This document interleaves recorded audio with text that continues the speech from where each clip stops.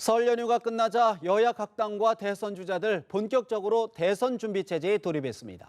그런 가운데 헌법재판소는 박한철 소장이 퇴임하면서 수장 없이 대통령 탄핵 심판을 진행하는 초유의 사태를 맞게 됐습니다.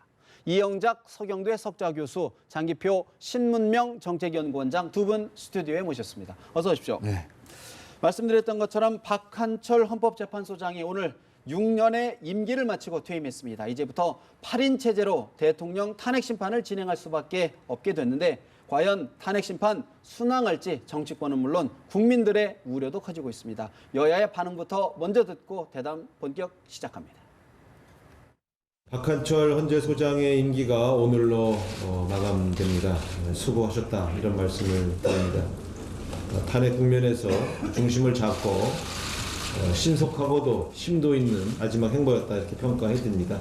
일각에서는 이제 후임을 임명해야 되는 게 아니냐라고 주장하시는 분이 있으나 그것은 경솔한 주장입니다. 황교안 권한대행께서 이 문제에 대해서는 현명하게 판단하실 것으로 기대합니다. 설사 후임자를 임명한다 하더라도 국회 인준을 받지 못할 것이기 때문에 쓸데없는 또 갈등을 만들 필요는 없다 이렇게 충고드리는 바입니다. 박한철 소장은 6년의 임기 동안 특히 통합진보당 해산 결정 등 대한민국의 헌법 질서를 수호하는 데 중요한 기여를 했다고 평가합니다. 헌재는 오로지 헌법적 양심에 따라 최선의 결과를 내어야 할 것입니다. 그런 점에서 박 소장이 3월 13일 이전에 최종 결과를 내어야 하는 것처럼 말씀하신 것은 자칫 졸속 심리와 공정성 등 여러 가지 오해를 불러올 수 있다는 점에서 부적절했다고 생각합니다. 박한철 헌법재판소장 퇴임사에서 빠른 결론, 국민들이 공감할 것이다라며 조속한 결론을 거듭 요구를 했습니다.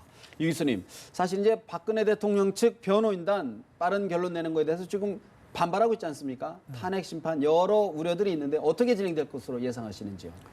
우선 제가 볼 때도 신속하다라는 말은 중요한 말이지만 그게 졸속이 될 가능성이 있거든요. 네. 미국 닉슨 대통령 같은 경우에 보면은 거의 73년에 시작해가지고 75년 여름 정도 돼가지고 이건 탄핵이 불가피하다 이렇게 돼가지고 결국 닉슨 대통령이 사임을 한 거거든요. 네. 네. 근데 지금 제가 봤을 때는 그 대통령의 탄핵 사유가 13가지가 된다는 거는 하나도 자신이 없기 때문에 13가지를 던져본 거예요. 근데 지금까지도 어떻게 될지 지금 예측을 불가능하게 하고 있지 않습니까? 예측이 불가능하니까 이제 그 정치권에서 이제 특히 야권이나 이런 데선 탄핵하면 큰일 난다라는 식으로 지금 헌법재판관을 갖다가 이제 어떻게 보면 겁박하는 거죠. 겁주고 협박하는 그런 형태인데요. 지금 현재 아무도 각각의 그 헌법재판관들이 인용 판정을 할 것이다 안 할 것이다는 아무도 모르잖아요. 예측하기 어렵죠. 예측하기 어려우니까 예를 들어서 개개인별로 50%씩이라고 그냥 뭉뚱그려 가지고요.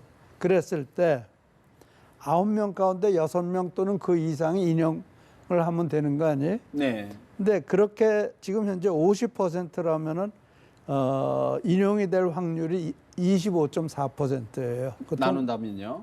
네. 아니 9명이 다 있다면은. 예. 그런데 8명이 6명 이상이 인용해야 되거든요. 그렇게 될 확률은 14.5%예요. 기각 확률이 낮아진다는 말씀. 기각 확률이 높아지죠. 높아지는 거네요. 인용 그렇죠. 확률이 낮아지고. 네. 그래서 사실 확률적으로는 인용 가능성이 지금 9명에서 8명이 됐으니까 확률적으로 인용 가능성이 한 10%가 줄어들었어요. 근데 그것이 박근혜 대통령한테 좋은 소식인지는 모르겠지만 그러나 이게 탄핵이 무리였다. 그리고 지금 헌법재판관들이 정치적으로 압박을 받고 있겠다.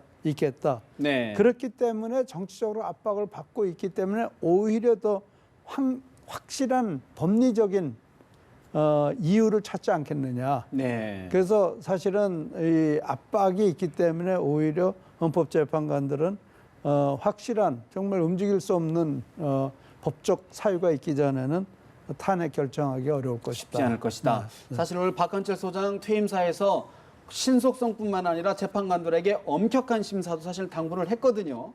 어떻게 보십니까? 3월 13일 이전 탄핵 결정 가능성, 우리 장 원장님 어떻게 보십니까? 네, 저는 가능성이 있고요. 또 해야 됩니다. 해야 된다. 왜 그러냐 하면 저는 박한철 소장이 조속한 시일 내에 이 결정이 돼야 된다고 말씀한 거는 아주 잘 말한 겁니다. 헌법재판소장도 헌법재판관도 말하자면 우리 사회의 고위 공무원입니다. 고위 공무원으로서 이 지금 국정마비 상태가 지금 지속되고 있는데 이게 중단되려 그러면은 빨리 중단되려 그러면 헌법재판소가 빨리 결정을 해야 됩니다. 그런 점에서 이 말을 한 거는 너무너무 당연한 거고 이걸 가지고 뭐 졸속재판 하려고 한다고 우려를 표명하고 하는 거는 이거는 핑계에 불과합니다. 핑계다. 네. 그다음에 아까 우리 이 박사님께서 미국 잘 아시는데 닉슨 말씀하셨는데 참 좋은 예입니다. 닉슨은요 탄핵이 될 것 같으니까요 그냥 사임해붙습니다. 그러니까 박근혜 대통령도 국회 탄핵 결정될 것 뻔하게 알았으면 그때 처음에 이미 사임해버렸어야 됩니다. 그래야 이 국정마비 사태가 안 오는 겁니다. 그런 점에서 정말 저는 거듭 말씀드리지만 대통령이 말이죠. 예. 뭐 법률적으로 증거 갖다 대고 해보자 이렇게 말하면 그것 자체가 대통령 자격이 없는 겁니다. 그래서 이 국정마비 사태를 빨리 종결시키려고 그러면 네. 저 헌법재판소 판결 이전에 박근혜 대통령이 스스로 사임해야 되고 이것이 그나마 박근혜 대통령의 최소한의 명예라도 유지하고 앞으로 또 좀 편안하게 살 수 있는 길이다 생각해서 빨리 사임해야 됩니다. 현재까지의 분위기로는 그런 느낌을 좀 감지하기는 어려워 보이는데 어떻게 보시는지요? 그러니까 대통령이 작년 11월인가 그때 사임할 기회를 줬잖아요. 그래서 국회에서 결정하라. 담화에서. 네. 그랬지만 그거를 차버린 게 국회거든요. 그러니까 지금 만약 그 당시에 대통령의 그 제안을 받아들였다면은 한 4월 말쯤에 대통령이 사임하고 6월 중에 대통령 선거가 이제 일어날 수 있는 그렇게 될 수도 있었는데 그거 자체를 갖다가 사실은 그 당시에 소위 뭐 원로 정치인이라는 사람들도 다 그렇게 예. 만나서 다 그거를 건의를 했고 사실 분위기가 그랬지만 정치권에서는 박근혜 대통령을 어떻게든지 소위 그 당시에 쓰는 말이 끌어내린다는 건데 끌어내려서 보수들이 완전히 항복하게 만들자. 네. 그렇게 해야지 정권 교체가 가능해진다. 이런 정권 교체라는 욕심 때문에 그거를 다 걷어찬 거란 말이에요. 네. 현재는 어렵다는 말씀이죠. 네, 예. 그래서 이제 다시 와가지고 사표를 한다. 사표 내려고 해도 쉽지 않을 거예요. 야당이 워낙 반대해야 되니까요. 예. 그래서 이 사임한다는 건 이제는 끝난 얘기예요. 그리고 지금 현재 대통령이 과연 그 탄핵 인용 결정이 되겠느냐? 저는 확률로 봐서도 어렵고 점점 더 어려워지고 있지 않나 이렇게 생각합니다. 점점 더 어려워질 것이다. 아이고 이 박사님 그요 확률적으로도요. 확률적으로 따지면 거의 100%입니다. 확률적으로. 저 말씀 들어보세요. 예. 확률을요. 강도범이 명백한데 재판관이 세 사람이 있다고 해서 이 세 사람이 각각이 얼마씩 좀 어떻게 판단할지 모르니까 뭐 30%밖에 안 된다. 이렇게 하시면 안 됩니다. 이 확률이라는 게 이런 식으로 헌법재판관 한 사람 한 사람이 각각 50대 50 아니냐. 저는 이렇게 따지면 안 된다고 생각합니다. 안 되고 이거는 누가 보더라도요. 상식적으로 이거는 탄핵 100분 돼야 될 일인데 이걸 뭐 헌법재판관들이라고 달리 사실 뭐 판단할 대통령 측, 대통령 변호인 입장도 다를 수 있기 때문에 최종 결론을 좀 지켜봐야 될 것 같고 그래서 이 교수님께 하나만 더 여쭤봐야 될 것 같아요. 오늘 이제 특검에서 최순실 씨에 대한 조사, 수사가 계속 이어지고 있는데 미얀마 대사를 임명하는데 최 씨가 또 관여를 했다. 네. 또 유재경 대사 오늘 출석했는데 사실 뭐 내가 추천을 받았다는 걸 시인을 했다고 그래요. 이런 상황은 어떻게 보고 계시는지요? 글쎄요, 뭐 추천할 수는 있겠죠. 그러니까 유재경 대사하고 최순실 씨가 어떤 관계인지는 모르겠지만 뭐 추천을 했을 거고 또 대통령이 받아들인 거고. 근데 그것이 결격 사유가 되는 건 아니잖아요. 네, 그 결격 자체가 결격은 그 아니다. 결격 사유가 아닌데 만약에 이제 그렇게 해가지고 무슨 뭐 영향력을 뭐 이 최순실 씨를 위해서 자기가 가지고 있는 영향력을 발휘해서 어떤 문제가 생겼다. 그랬다면 그거는 문제가 될 수 있겠죠. 그러나 최순실 씨가 추천을 했고 대통령이 받아들여서 그래서 대사가 됐다. 그거 자체가 그렇게 문제가 될 수 있는. 그거 자체는 그거 자체로는 문제가 될 게 없는데 보니까 뭐 거기에도 보니까 이권을 또 뭐 이권 해외 원조 사업 네. 이게 얼마나 되는 돈인지는 모르겠지만 여기도 뭐 문화 사업이 있나요? 이건 잘 모르겠어요. 이거 자세히 보지 않아서 모르겠는데 이게 무슨 알선 수재를 했는지 그건 봐야 될 것이다. 네. 사실 이제 박 대통령 어제 엊그제 인터넷 언론 TV에서는 다른 인사, 문화계 외에는 다른 인사 추천받지 않았다. 이런 부분도 좀 배치되는 것 같기도 한데 장 원장님 어떻게 보시는지. 그런 것도요, 이 최순실 씨가 아니고 뭐 딴 사람이 누구든지 추천할 수 있죠. 저도 추천하려고 말. 그런데 이걸 그렇게 보면 안 됩니다. 이게 전부 그래 따지면 뭐 세상에 뭐 제대는 게 있습니까? 최순실 씨 같은 사람이 추천하는 것을 받아들인 데다 거기다 또 이권이 또 개입됐지 않습니까? 이건 굉장히 잘못된 것으로 판단돼야 됩니다. 이런 것도 법률적으로 따져가지고 다 이렇게 판단한다면 정치가 있을 필요가 없어요. 정치가 네. 사법부만 있으면 되지. 그래서 저는 이런 것도 뭐 더 따질 것 없이 아주 잘못된 하나의 사례가 저는 된다. 잘못된 사례이다. 사실 그런 측면에서 이제 최 씨의 딸 정유라 씨 같은 경우에요. 지금 덴마크 법원에서 이제 오늘 연장을 했는데 변호인 측에서 이 부분에 대해서 이게 정치적 탄압이다, 정치적 편향성이 있다 이렇게 좀 주장을 한다는 거래요. 그런 부분은 어떻게 보시는지? 그거는 네. 박근혜 대통령도 마찬가지로 적용되는데 우선 내가 박근혜 대통령을 먼저 말씀드릴게요. 검찰 조사를 불응했습니다. 또 특검 조사도 뭐 정치적 중립이 보장되느냐 안 되느냐 그랬습니다. 검찰총장을 누가 임명했습니까? 검사들도요 임명을요 대통령이 합니다. 자기가 또 그리고 또 현직 대통령입니다. 대통령이요 불공정 수사를 하기 때문에 검찰이 불공정 수사를 하기 때문에 나 조사 못 받겠다. 대한민국에 그럼 검찰 조사 받을 사람 어디 있습니까? 대통령조차도 검찰이 불공정하게 조사를 한다면 다른 국민들은 어떻겠습니까? 백보를 양보해서 다소 좀 감정적으로 좀 나한테 좀 정치적으로 좀 불공정하게 한다 싶어도 조사에 응해야 됩니다. 감수해야 될 부분이다. 감수가 아니라 조사에 응해야 되고 또 하나요.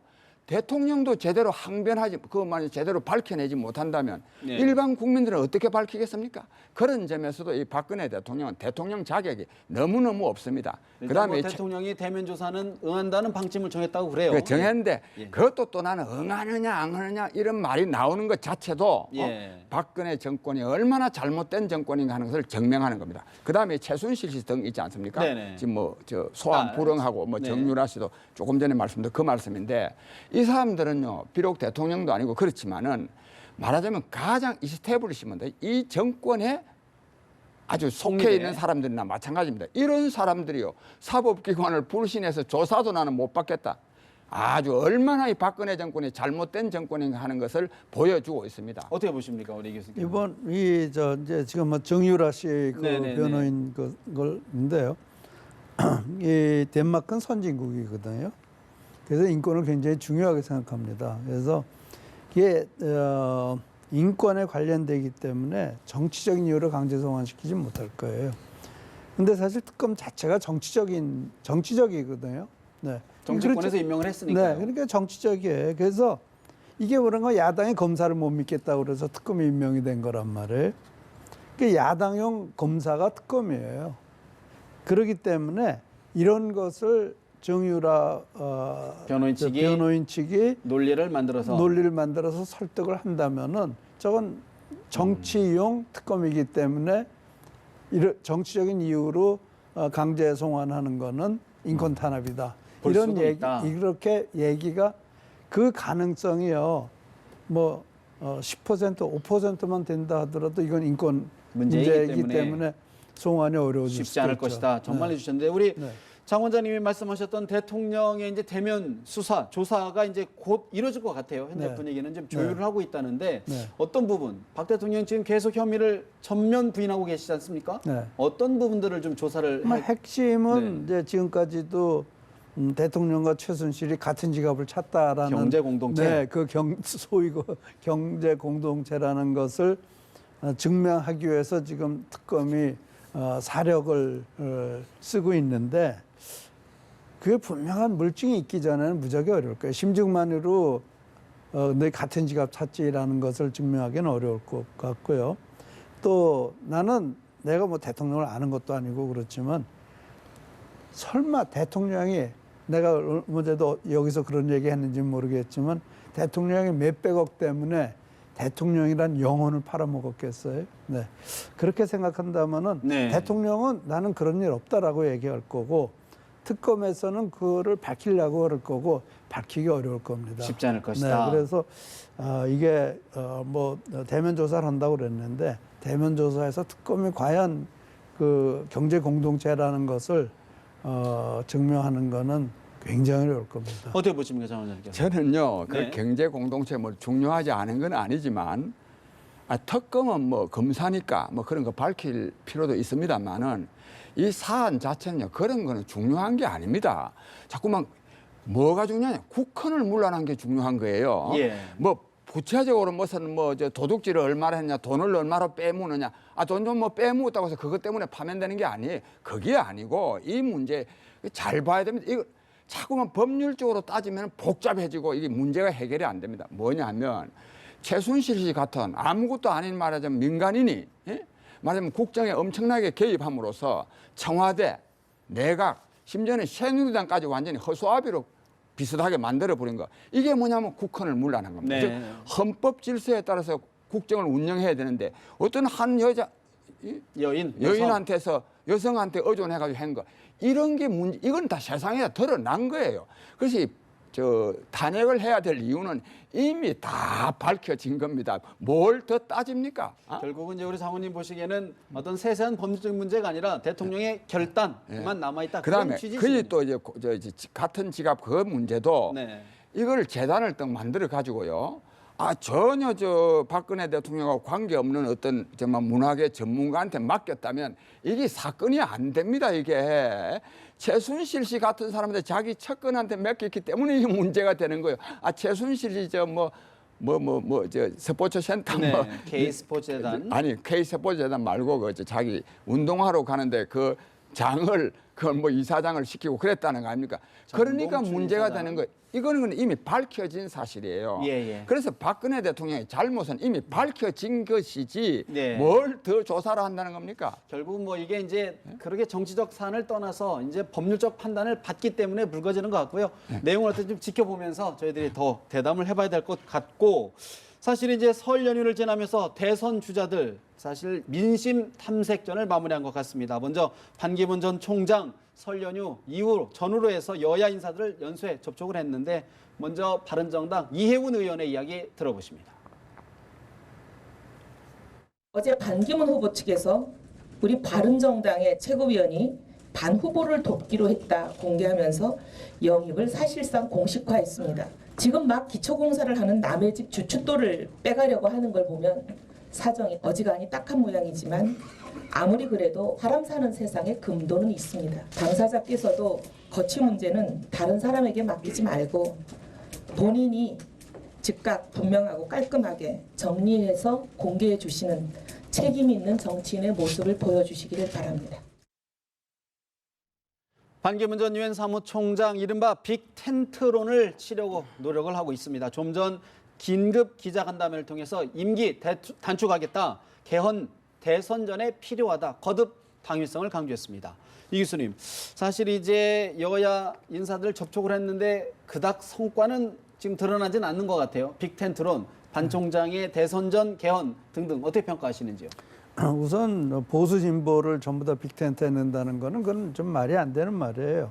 네, 그래서 사실은 그 반 총장이 와가지고 어떤 면에서 보면 갈치자 행보를 했거든요. 오히려 어떤 점에서 보면 좌파에 더 기웃거린 점이 있어요. 그러니까 예를 들어서 노무현 대통령 네. 묘소 참배하고 팽목항 가고 그다음에 뭐 정치 거물이라고 만난 분들이 물론 뭐 김종인 씨를 과연 그쵸 그분도 진보 정당에 있으니까 네네. 네 김종인 씨도 만나고 뭐 이런 손학규, 사람들 만난 사람들이 박지원 등등. 다 저쪽 야권에 있는 사람들이란 말이에요. 그러면은 보수 측에서 볼 때는 저 양반 보수야 진보야 이런 그 의문 퀘션 마크를 붙여주는 그런 행보로 보여왔고 이제 그 행보의 끝이 이제 개헌이란 말이에요. 네. 그래서 개헌을 해서 분권형 개헌을 해가지고 이렇게 권력을 분권하는 권력을 나누는 그런 정치 체제를 가져와야 된다라는 것을 아마 이제 그 교육부의 행보를 이제 결론 정리하는, 네. 정리하는 것 같은데 저는 우선 뭐 아까도 말씀드렸지만 보수 진보 빅텐트라는 거는 제가 봤을 땐 죄송한 해정 건 넌센스고요. 넌센스다. 네, 만약에 한다면은 보수 빅텐트를 해야죠. 보수 빅텐트를 해서 친박도 친박이 아니고 보수로서 그 빅텐트에 오고 비박도 비박으로서가 아니고 보수로서에 들어오고 또 반기문 총장도 뭐 어느 정당에 속해 있는 게 아니고 보수의 일원으로서 그 빅텐트 속에서 경선을 하는 그렇게 해서 대선 주자를 뽑는 과정으로 가서 예. 말하자면 보수의 후보가 되는 것이 바람직하지 않나 이런 생각을 해봅니다. 사실 이제 그럴 경우에 또 야권에서는 결국에는 정권 연장 아니냐 그런 움직임 아니냐 이렇게 비판이 당장 나올 것 같은데 장 대표님 어떻게 보시나요? 예. 근데 우선 이제 반기문 전 총장의 정치 행보와 관련해서 그 유엔 사무총장까지 지냈고 또 뭐 대선 후보 지지율도 이렇게 높고 또 연세도 또 덜 만큼 들었는데 저런 식으로 정치 행보를 하면 안 됩니다. 두 가지 내가 지적하고 싶은데요. 네. 이 양반이 지금 뭐 정치를 하겠다 하는지 대통령이 되겠다 하는지도 지금 발표하지 않았습니다. 그래서 이분이 진정으로 해야 될 일은 좀 며칠 쉬었다가 국민 여러분 지금 나라가 이런데 내가 대통령이 돼서 어떤 나라를 한번 만들어 보고자 하니 국민 여러분들의 정말 지지를 바란다. 뭐 이런 입장을 먼저 밝혀야 됩니다. 즉 그런 비전을 국민들에게 먼저 제시해야 됩니다. 그다음 두 번째, 근데 그런 거는 없이 뭐 빅텐트론이다, 뭐 개헌이다, 뭐다 이거는 전부 다 뭐냐? 대통령 되기 위한 꼼수고 달리 말하면 정치공학입니다. 정치공학이다. 예, 이런 식으로 정치공학적으로 접근하면 안 됩니다. 예. 우리 국민들도 이걸 아셔야 됩니다. 정치공학적으로 접근해가지고는 절대로 이 나라 정치가 정상화될 수 없고 나라가 잘 될 수가 없습니다. 보수의 어떤 이념, 가치를 규합하는 과정으로 볼 수는 없는 건가요? 그런데 그거를? 보수가요. 예. 물론 뭐 보수가 뭐 다 잘못한 건 아니지만은 그러나 이 지금 새누리당에 있었던 이 보수는 다시 집권할 생각을 하면 안 됩니다. 예. 왜? 이 최순실 게이트에 이 사람들도 다 책임이 있는 거 아닙니까? 책임이 있는 사람들이 다시 또 집권하겠다? 이는 용납되지 않습니다. 그래서 반기문 총장도 여기에 의존하려 할 게 아니라 진정으로 하려 그러면은 자기가 새로운 정치 세력을 만들어서 해야 됩니다. 그다음에 그걸 중심에 만들고 네. 그다음에 보수의 지지를 받는 것은 저는 그는 뭐 대한민국에서 어쩔 수 없는 거 아닙니까? 이 사람들도 국민인데 그래야 되지. 네. 여기에 보수에 좀 올라타 볼까 뭐 진보에 올라타 볼까 이런 식으로 하면 안 됩니다. 그러면 장 대표님 보시기에는 어느 쪽에 정체성을 가져야 된다고 보시나요? 어느 쪽이 아니라 자기 정체성. 자기 정체성을 가져야 된다. 자기 정체성을 반기문 총장은 지금부터라도 아직도 시간이 남았어요. 지금부터라도 좀 곰곰이 앉아가지고 또 언론도 하고 해가지고 반기문 정치의 정체성을 확립하는 일이 무엇보다 중요하고 그걸 밀고 나가야 됩니다. 밀고 나가야 된다. 그럼 밀고 나가는 추동력이 반 총장 입장에서는 개헌을 자꾸 이제 얘기를 하는 것 같아요. 어떻게 보십니까? 그래서 이제 개헌이라는 것이 말하자면 진보와 보수를 한꺼번에 다 올릴 수 있는. 불러들여서 거기서 일단 개헌을 우선 하고 보자. 이제 그거거든요. 순서가 그렇게 됐는데 실질적으로 지금 개헌 자체가 큰 동력을 못 얻고 있어요. 특히 이제 민주당에서 반대를 하고 있기 때문에 이제 어려울 것 같고요. 그래서 지금 반기문 총장으로서는 그거는 이제 지금 어려워지는 것 같아요. 그렇다면 반기문 총장을 보수냐 진보냐로 이렇게 나눠 보려고 그러면은 네. 사실 예를 들어 유승민 의원 같은 분도 자기는 보수라고 그러지만 그분은 사회 경제에서 완전히 진보적인 그런 진보가 없거든요. 네, 그래서 우리나라에서 보수냐 진보냐에 대해서는 북한에 대한 생각이 안보관이 보수 진보를 결정하고 있어요. 그렇게 본다면은 이 반기문 총장은 보수죠. 네, 그래서 보수기 때문에 그럼 보수로서의 정체를 더 확실하게 하고 그런 안보관을 가진 국민들의 대표 주자가 되겠다. 예. 그거를 분명히 하는 게 중요한 거라고 생각합니다. 그래서 그러면은 그런 안보관을 가진 유권자들의 대표 주자가 되기 위해서는 뭘 해야 되느냐? 거기에는 뭐 여러 사람들이 있단 말이에요. 지금은 뭐 하다못해 새누리당에도 있고 뭐 여러분들이 있는데 그분들이 다 한꺼번에 모여가지고 이런 보수로서 우리가 보수의 안보관을 가진 유권자들의 대표 주자가 되기 위한 경선을 하자. 그것이 보수의 빅텐트다. 이렇게 돼가는 방향을 거예요. 설정을 그것이 지금 그건 분명하죠. 힘은 얻고 있다고 보십니까? 아니면 아직 그런 발동이 걸리질 않고 있죠. 발동은 걸리지 않았다. 걸리지 않고 있는데 지금 현재 말하자면은 뭐 이게 문재인의 대세론, 난 그 대세론 허구라고 생각하지만 그 대세론이 굉장히 대세를 이루고 있기 때문에 보수 유권자들도 상당히 위협을 느낄 거고 그로 인해서 네. 어떻게 보면은 보수 빅텐트가 가능할 수도 있다. 네, 이렇게 사실 이제 생각합니다. 문재인 대세론을 말씀을 하셨는데 사실 설 연휴 이후의 민심, 과연 문재인 전 대표의 이른바 대세론 얼마나 유지될 수 있을지에도 관심이 있는데 문재인 전 대표의 이야기 좀 들어보실까요? 저 문재인이 대세다 이런 말들을 많이들 하는데 실제로 확인해 보니까 제가 대세 맞습니다. 그런데 저는 저 개인이 대세라기보다는 정권 교체를 바라는 국민들의 마음이 대세고 그다음에 정권 교체를 해낼 사람으로 저 문재인을 지목하는 것이 좀 민심이라고 생각합니다. 분명한 것은 아직 민주당 문재인 후보가 대세론을 말하기에는 너무 이르다. 아직 호남 민심은 민주당이든 국민의당이든 지지를 결정하지 않고 관망하고 있다고 느꼈습니다. 따라서 국민의당이 플랫폼 정당이 되어서 많은 양질의 후보들이 선의의 경쟁을 펼친다면 국민들은 국민의당에게 미래의 희망을 던질 것이라고 확신합니다. 국민의당 주승용 원내대표 문재인 대세론 이야기 아직 이르다라고 평가를 했습니다. 문재인 전 대표 기자들과 만나서 삼지대론 정권 연장을 위한 연대에 지나지 않는다 이렇게 이야기를 했습니다. 장 대표님, 문재인 대표 이야기를 좀 들어보니까 패권주의다라고 얘기하는 것은 나의 확장성을 가두기 위한 프레임이다라고 또 일축을 했거든요. 어떻게 보시는지요? 그 말이 안 되는 소리죠. 세상이 다 친노 세력 패권주의로 나가고 있는 게 다 세상이 다 아는데 그거를 자기를 가두기 위한 뭐 업무로 말하면 다른 업무하고 저는 비슷하다고 생각합니다. 그다음에 문재인 씨는 네. 이번에 오늘 또 아까 저 자막에 나오는 거 보니까 야권 또 통합을 주장했더라고요. 네네네. 야권 분열시킨 장본인이 바로 문재인 씨입니다. 그렇지 않습니까? 지난 총선 전에요. 문재인 씨가 대표 사임하지 않음으로써 안철수 씨 탈당하고 국민의당 생긴 거 아닙니까? 네. 그래가지고 말하자면 야당의 본거지인 호남에서조차도 28개 중에요. 25개를 국민의당이 가져가고 새누리당이 2석하고 더불어민주당은 하나밖에 못 얻었습니다. 그러니까 이게 야권을 분열시켰을 뿐만 아니라 야권을 망하게 한 장본인이 문재인 씨입니다.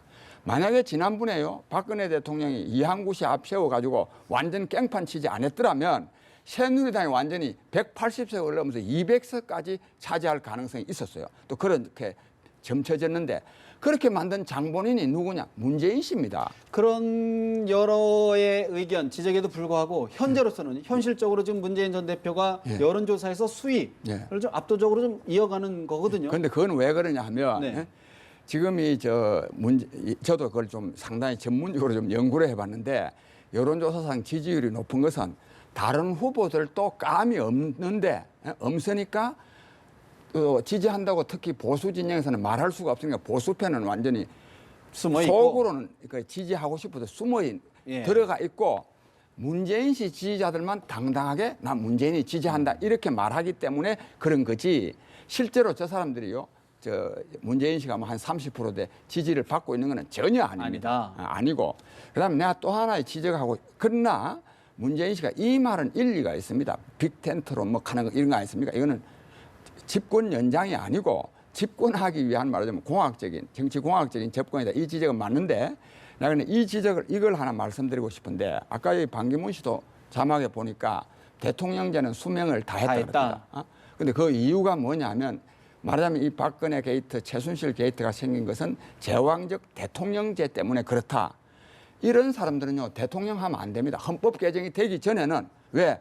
그런 사람들은 대통령 돼봐야 또 부정부패 생길 거 아닙니까? 저는요, 그런 인식은 아주 잘못되었다고 생각합니다. 지금 국민들이 바라는 거는 뭐냐? 진짜 강력한 대통령이 나와야 된다고 생각합니다. 청렴하고 리더십이 그리고 있고. 리더십이 있고 그리고 비전을 제시하고 또 국민의 어려움을 해결할 수 있는 그런 힘 있는 대통령이 나오기를 바라지. 무슨 뭐 대단하게 제왕적 대통령 때문에 안 된다 이런 말을 네. 그런 사람들 하는 사람은요, 이분 대통령 선거에는 나오면 안 됩니다. 현재의 현행 헌법대에서 대통령이 되기 위해서는 현행 헌법을 존중해야 된다. 그런 말씀이시죠? 그럼요. 존중도 해야 되고 현행 헌법이 유지되는 한 네. 그 사람은 자기가 대통령 돼봐야 또 부정부패로 연결된다고 보는 사람들이거든요.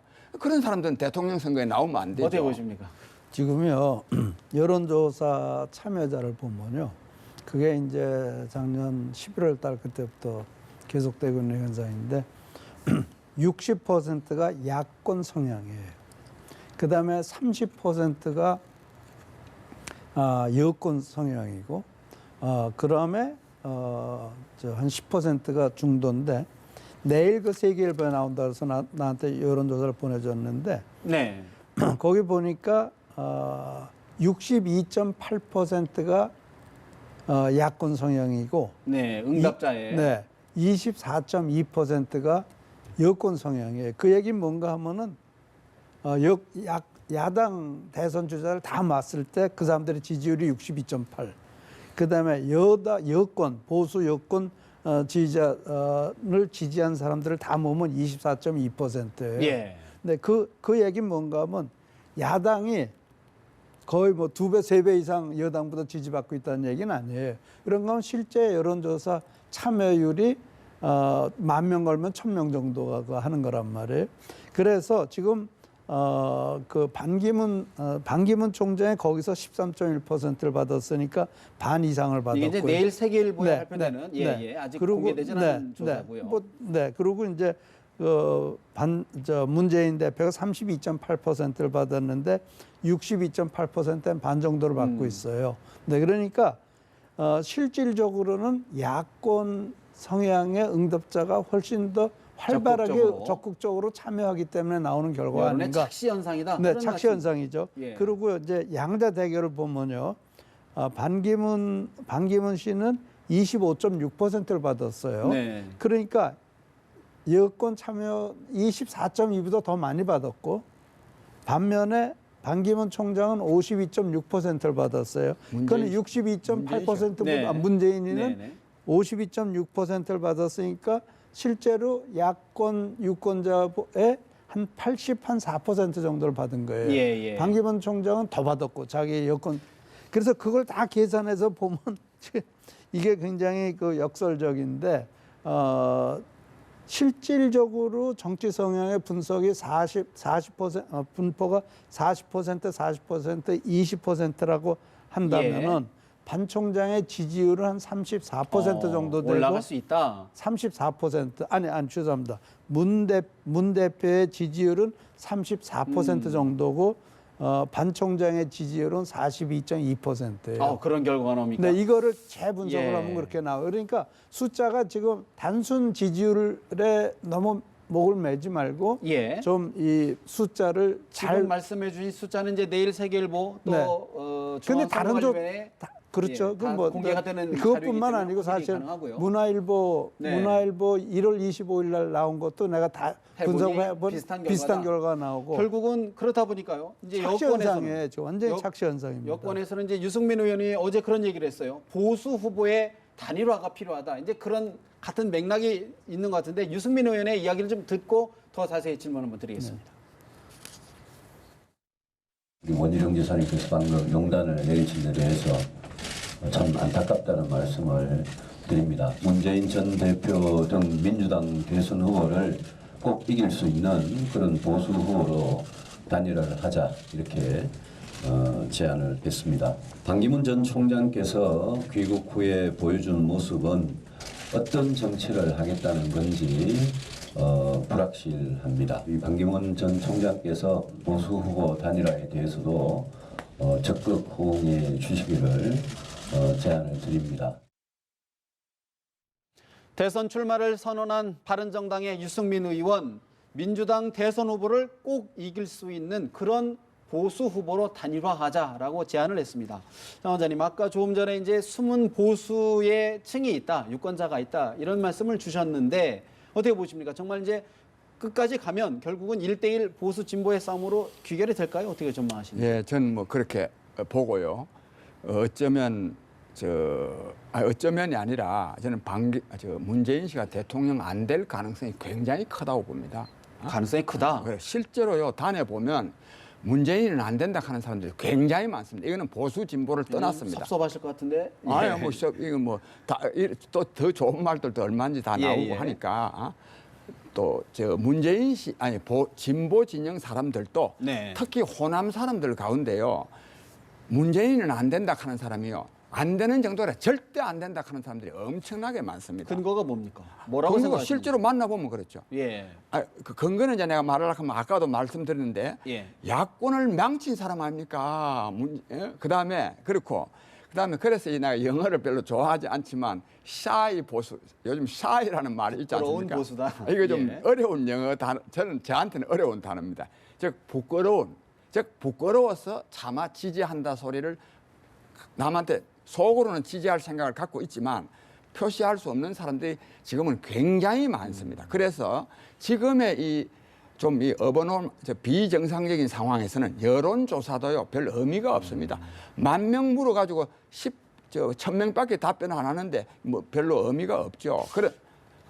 그런 측면에서 미국 트럼프, 사실 이제 샤이 트럼프가 거기서 나오는 그럼요. 우리도 이제 빗대서 자꾸 비유를 하는 건데, 유승민 의원이 이야기한 보수 단일화 가능성에서는 어떻게 보시는지요? 그건 빅텐트예요. 그게 빅텐트다. 그게 빅텐트예요. 네. 그래서 거기 들어올 때는 친박 비박 없는 거고 단지 보수라는 레테르만 붙이고 들어오는 거예요. 그러니까 그게 무슨 그러니까 이거 친박 후보다 비박 후보다가 아니고 보수 후보다라는 그런 거를 만들기 위해서 보수 빅텐트를 유승민 의원도 제안을 한 거고, 얘기하시는 거고, 반 총장도 그 루트에는 방법이 없을 거고요. 그리고 아까 말씀하셨지만, 장 원장님 말씀하셨지만, 이게 사실 그 안희정 지사 같은 분이 비토 세력이 적거든요.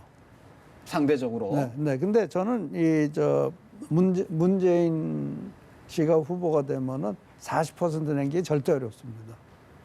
40%를. 득표율이요, 아니면은 득표율이. 네, 전체 유권자의 40%를 낸 게 힘들고 확장성이 없기 때문에 그래요. 이분의 가장 큰 문제는 확장성이 전혀 없다는 게 문제예요.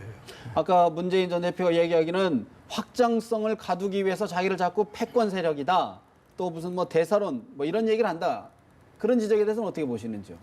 그러니까 그건 자기 자신도 확장성이 없다는 걸 아는데 그 자기 자신한테 있지 않고 남한테 있다고 남의 핑계를 대잖아요. 지금 장 원장이 항상 하시는 말씀이 박 대통령은 자기가 잘못하고 자꾸 남을 끌어댄다 그러는데 지금 문재인 전 대표도 지금 내가 잘못하는 게 아니고 남들이 나를 자꾸 프레임 속에 가두려고 그런다. 예. 같은 그러면 얘기 같아요. 한 가지만 오늘 더 정리를 해봐야 될 것 같은데, 새누리당에서는요, 황교안 대통령 권한대행에 대해서 자꾸 지금 관심을 주고 있어요.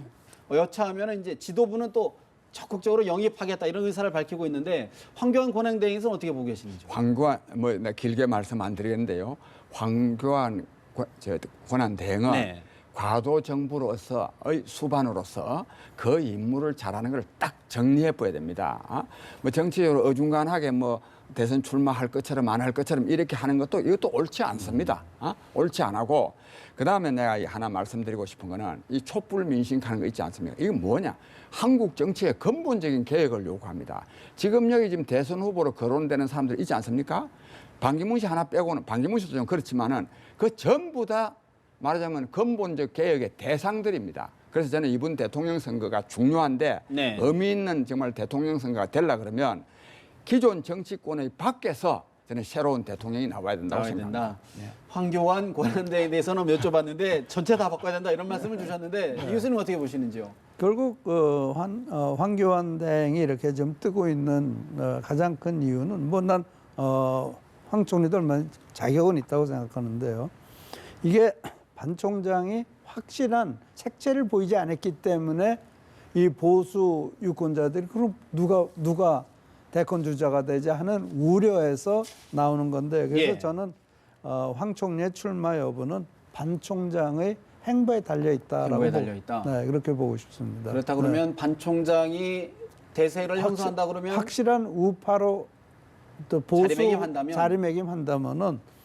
황 총장에 대해서 아직 그럼 뭐 차기에 보지 않은 그리고 지금 하는 일을 더 충실하게 하라는 주문이 더 커질 수도 있지 않나 이렇게 생각을 합니다. 그런데 황 총장은요, 이 박근혜 게이트에 아주 가장 큰 책임이 있는 사람들입니다. 청와대 비서진보다 네. 더. 그래서 황 총장은 그런 헛생각을 하면 안 됩니다. 알겠습니다. 사실 뭐 정치가 워낙 지금 전국에서는 유동적이기 때문에 한 치 앞을 내다볼 수 없는데 계속 주셔야 될 것 같습니다. 두 분 말씀 오늘 여기서 드려야 될 것 같습니다. 말씀 잘 들었습니다.